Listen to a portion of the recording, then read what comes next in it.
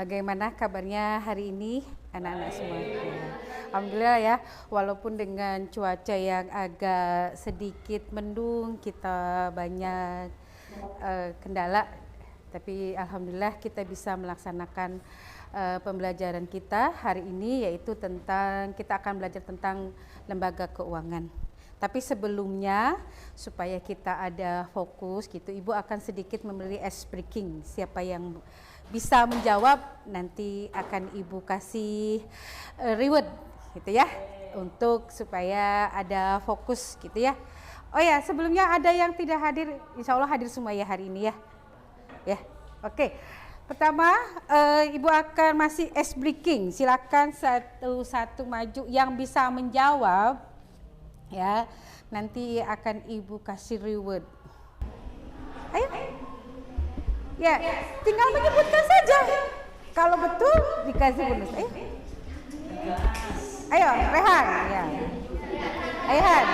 Ayo Han, maju. Namanya Rehan kan? Ya, so.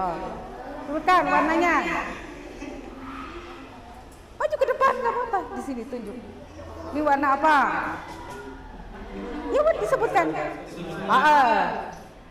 Kuning, hijau, ungu, biru, merah. Salah. Ini kan ini warna kuning. Ini hijau. Terus? Biru, merah. Emas apa kuning? Ya, terus? Hitam, bukan hitam. Terus? Merah, ungu, biru, abu-abu, hitam. Ya, bagus. Kalau ini apa ini? Bukan apa-apa, ini bukan apa? Peach-nya. Ayo, ada lagi, maju. Ada yang bisa lagi? Ayo, Alika. Ya. Maju, tunjuk. Jangan ditutupin dong. Ayo, tuh. Kuning, hijau, ungu, itu biru, merah, kuning, hitam, merah, ungu, biru, peach, coklat. Ini? Hitam. Salah. Ayo, ada lagi. Silakan, ayo. Arah maju.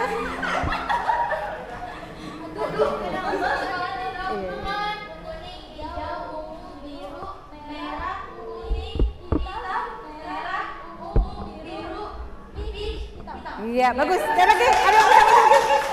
Ayo, yang lainnya. Ada, ayo. Siapa? Kusnul ya? Iya. Kuning, hijau, ungu, biru, merah, kuning, hitam, merah, ungu, biru. Peach sama hitam. Oke, ya. Berarti sudah pada fokus ya. Oke. Sebelum pembelajaran kita mulai ya, kita akan belajar tentang lembaga keuangan. Atau lembaga keuangan itu ada macamnya ya, ada bank. Nah, yang akan kita bahas hari ini adalah tentang OJK atau Otoritas Jasa Keuangan ya. Sedikit akan Ibu kasih penjelasan terlebih dahulu ya, sebelum kita masuk ke video pembelajaran yang harus kalian simak ya. Oke. Ya, ini adalah kita belajar tentang lembaga keuangan atau yang disebut dengan OJK. Ya. Pembelajaran ini yang akan kita pelajari yaitu pertama, yaitu menyimpulkan pengertian otoritas jasa keuangan. Kemudian menyimpulkan tujuan OJK dalam perekonomian dengan baik dan benar. Kemudian menganalisis peran OJK dalam perekonomian dengan baik dan benar. Kemudian menganalisis tugas dan wewenang otoritas OJK itu otoritas jasa keuangan dengan baik dan benar. Ini adalah tujuan pembelajaran yang akan kita pelajari hari ini ya. Terus kita lanjut. Apakah itu OJK? Nah, gitu ya.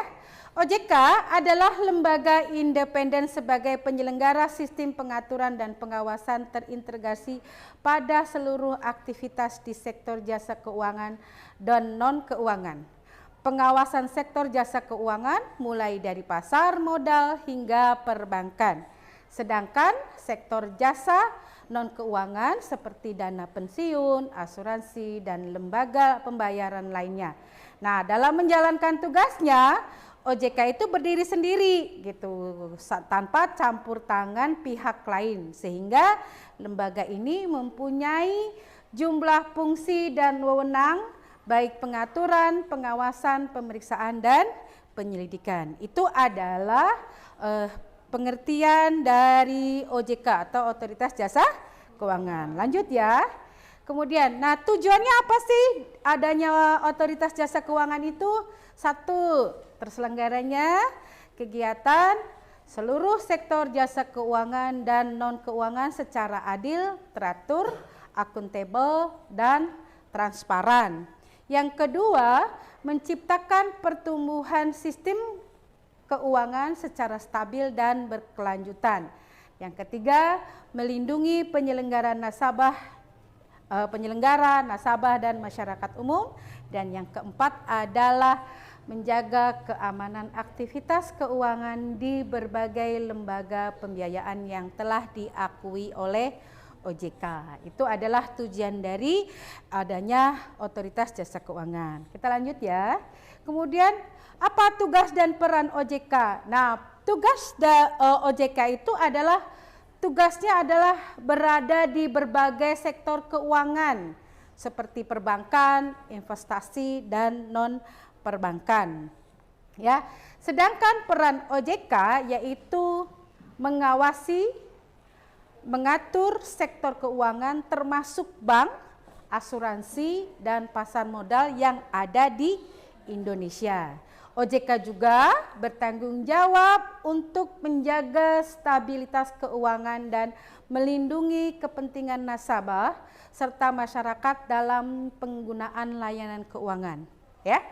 Dan peran yang terakhir adalah OJK juga berperan dalam meningkatkan literasi keuangan dan mempromosikan inklusi keuangan yang ada di Indonesia. Itu tugas dan peran OJK.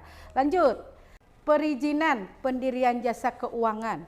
Kedua, menetapkan peraturan dan keputusan terkait dengan pengelolaan jasa keuangan. Dan yang ketiga, mengawasi proses keuangan. Dan yang keempat adalah memberikan sanksi terhadap pelaku pelanggaran sektor keuangan. Contohnya seperti bank-bank gitu yang bermasalah ya, yang dilikuidasi, kemudian juga pinjaman online atau yang disebut pinjol. Kenapa sih masyarakat sekarang itu cenderung lebih senang meminjam melalui pinjaman online gitu ya? Kenapa itu? Pasti kan ada kenapa orang menggemari tanpa tahu akibatnya setelah peminjaman itu dipinjam secara online gitu ya. Nah, ini semuanya diawasi oleh kewenangannya oleh OJK ya. Lanjut ya. Nah, apa sih fungsi OJK gitu ya?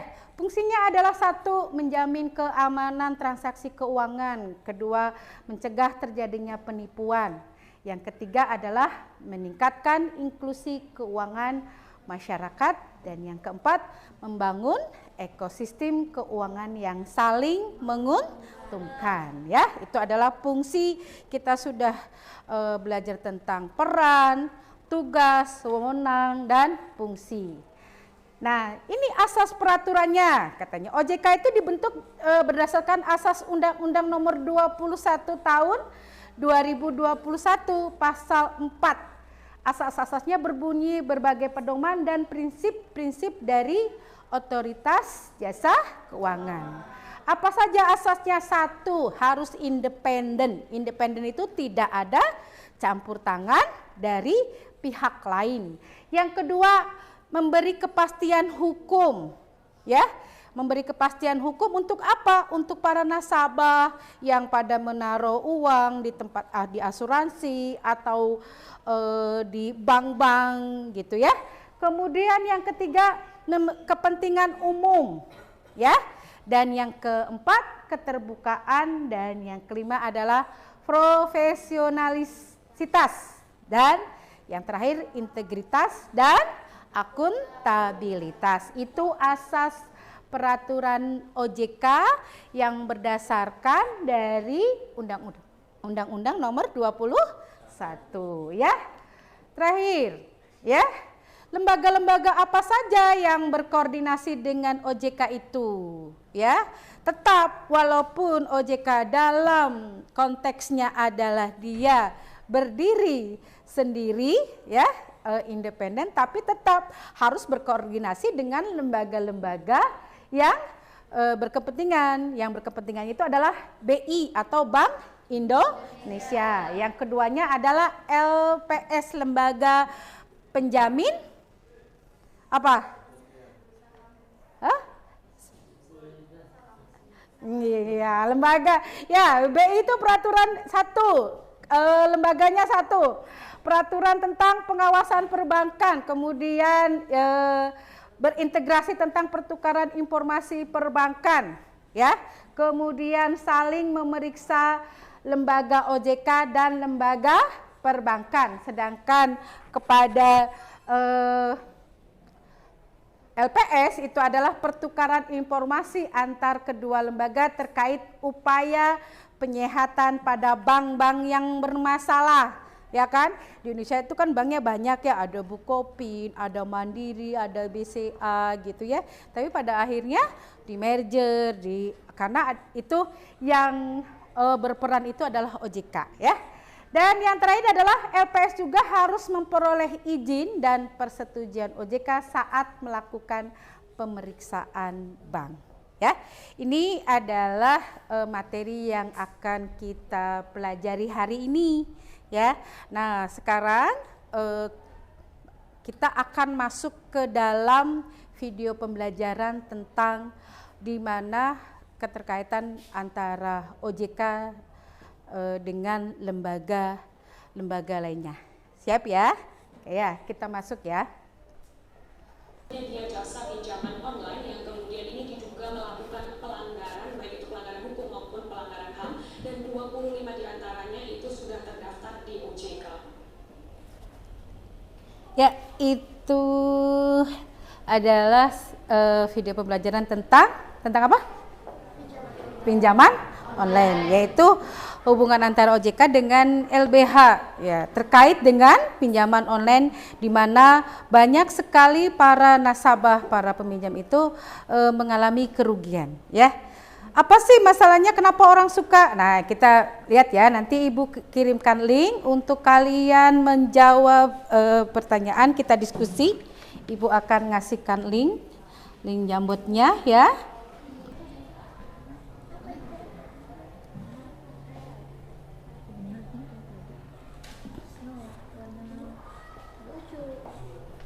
Banyaknya aplikasi pinjaman online yang belum terdaftar.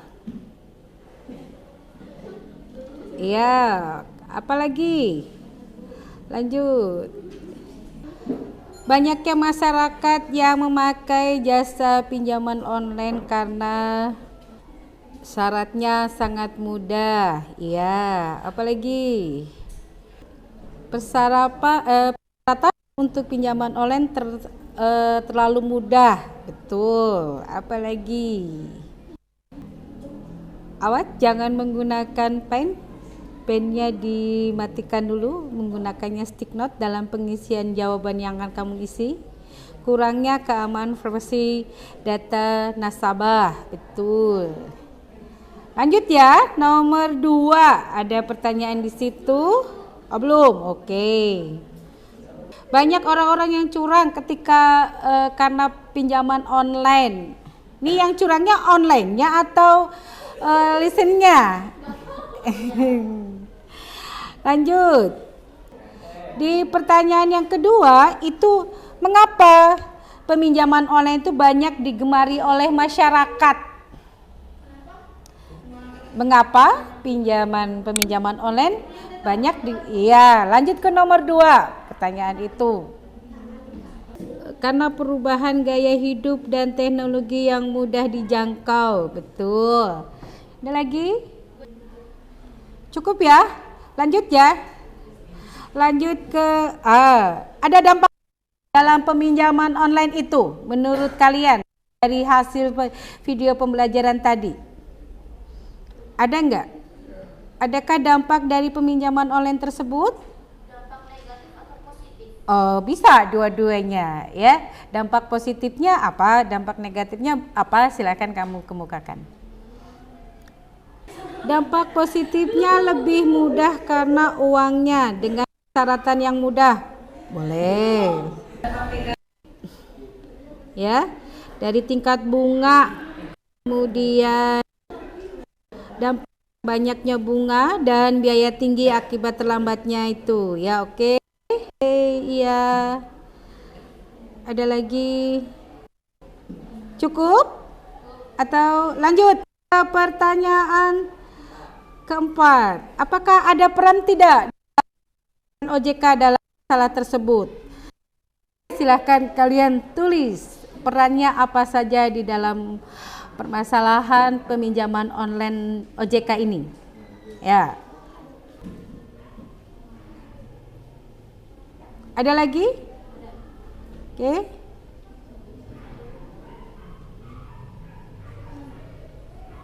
Ya.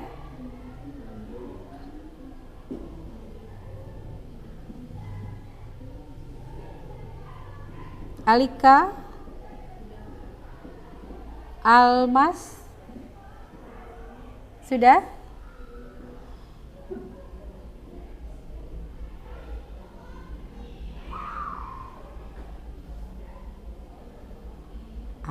Yang terakhir, ini solusi apa yang diberikan oleh pihak OJK dan LBH dalam masalah pinjaman online yang banyak bermasalah.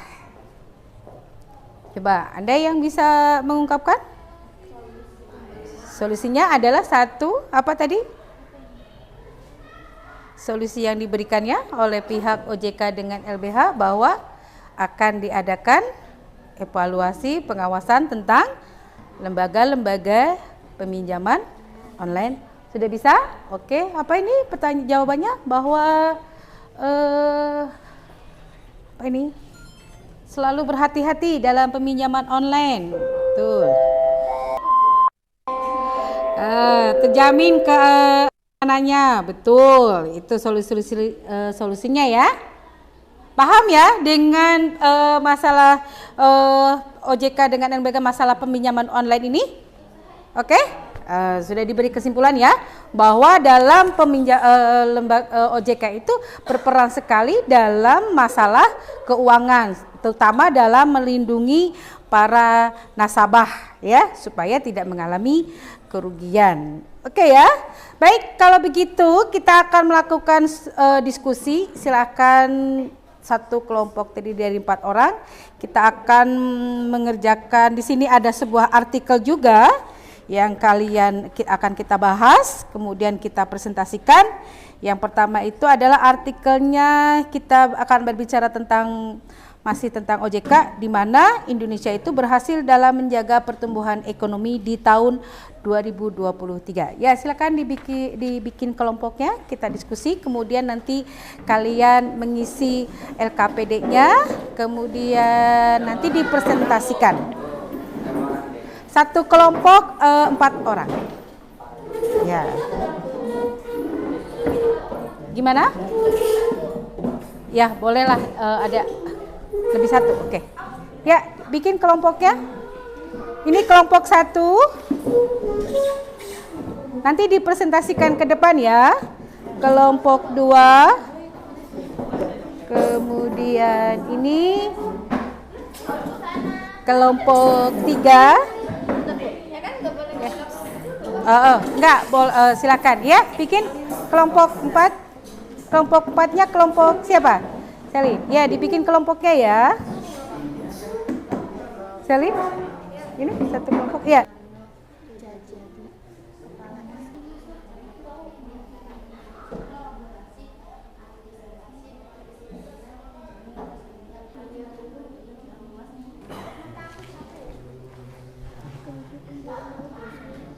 Gimana Selin? Bisa?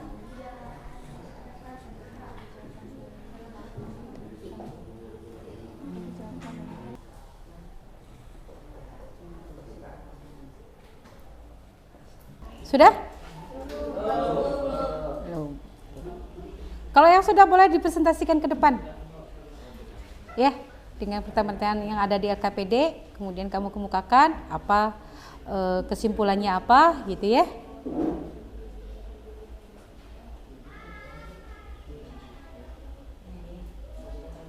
Ya, akan.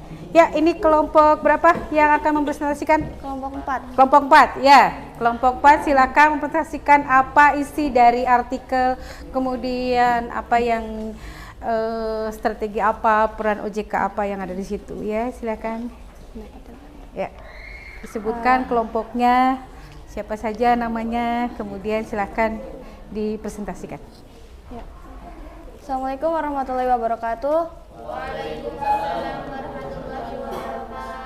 Kami dari kelompok 4 yang beranggotakan Selina, Alsa, Wulan, sama Brian ingin mempresentasikan hasil diskusi kami. Di dalam artikel tersebut ada peran OJK dalam perekonomian, melakukan berbagai langkah dan kebijakan untuk mendorong seluruh sektor jasa keuangan untuk terus bertumbuh dan mengawasi serta mengatur keuangan bank, asuransi, dan pasar modal di Indonesia. Ya. Terus keduanya apa? Kebijakan dan langkahnya. Kebijakan langkah yang OJK diberikan ambil OJK dari artikel tersebut. memberikan perizinan pendirian jasa keuangan. Ya. Kemudian apa lagi? Ada lagi? Cukup itu Pendapat- saja? Ya cukup. Yang ketiganya? Strateginya?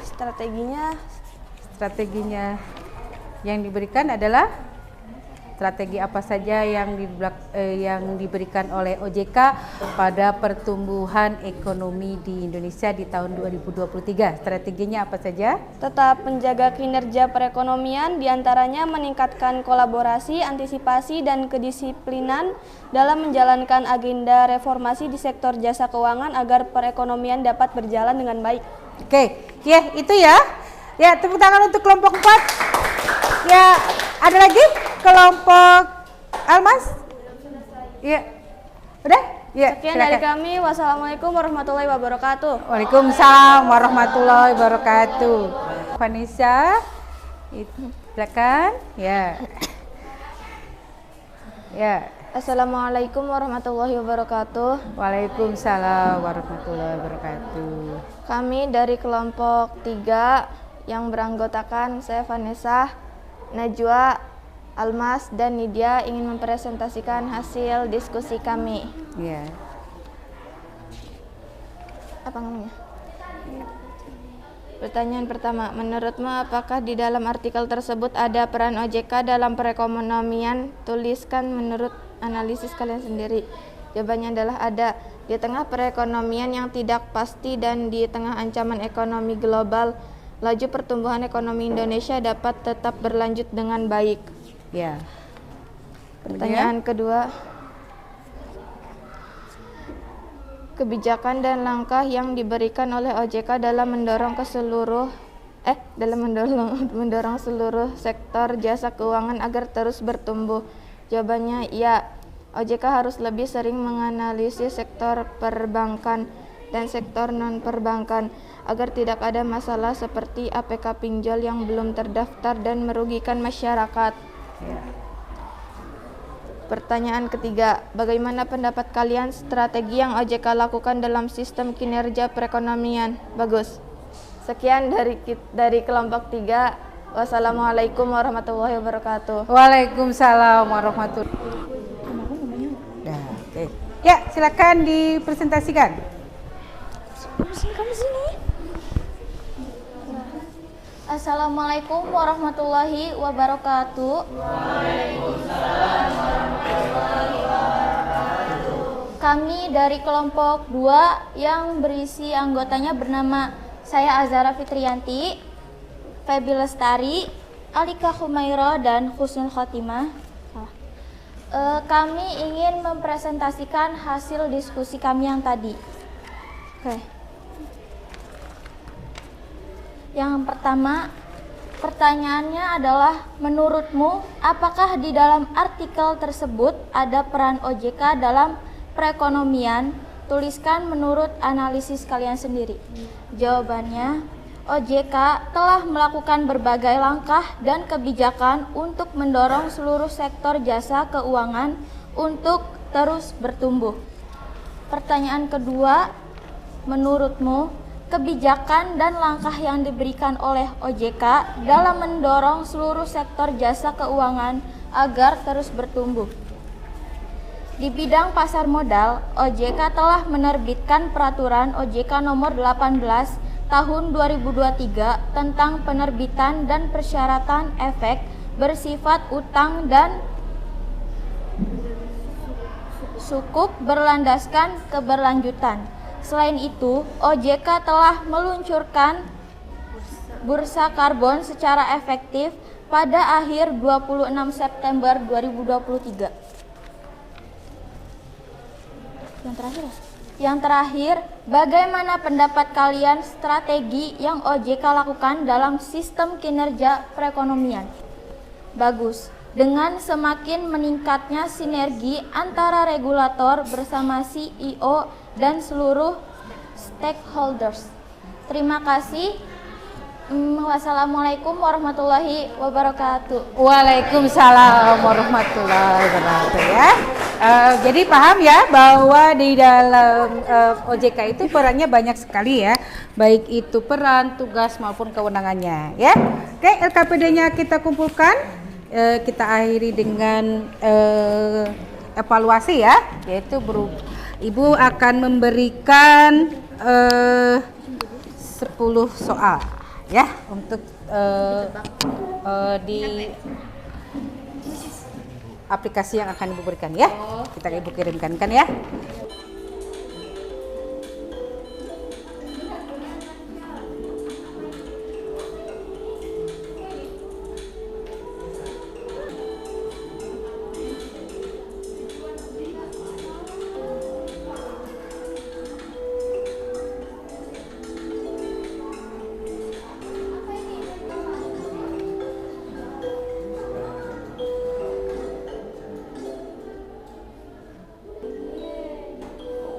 Itu hasil-hasilnya ya. Ya, yang pertama itu adalah Selin, kedua Nidia, yang ketiga adalah Brian ya. Ya, tepuk tangan ya. Oke. Kita sudah belajar tentang lembaga keuangan, kita belajar tentang bagaimana peran, tugas dan kewenangan OJK. Baik, kita akhiri pembelajaran kita hari ini. Kemudian nanti untuk pertemuan berikutnya kita akan belajar tentang sektor perbankan ya, lembaga keuangan teman. Ya, Ibu akhiri dengan ucapan terima kasih. Wassalamualaikum warahmatullahi wabarakatuh. Waalaikumsalam.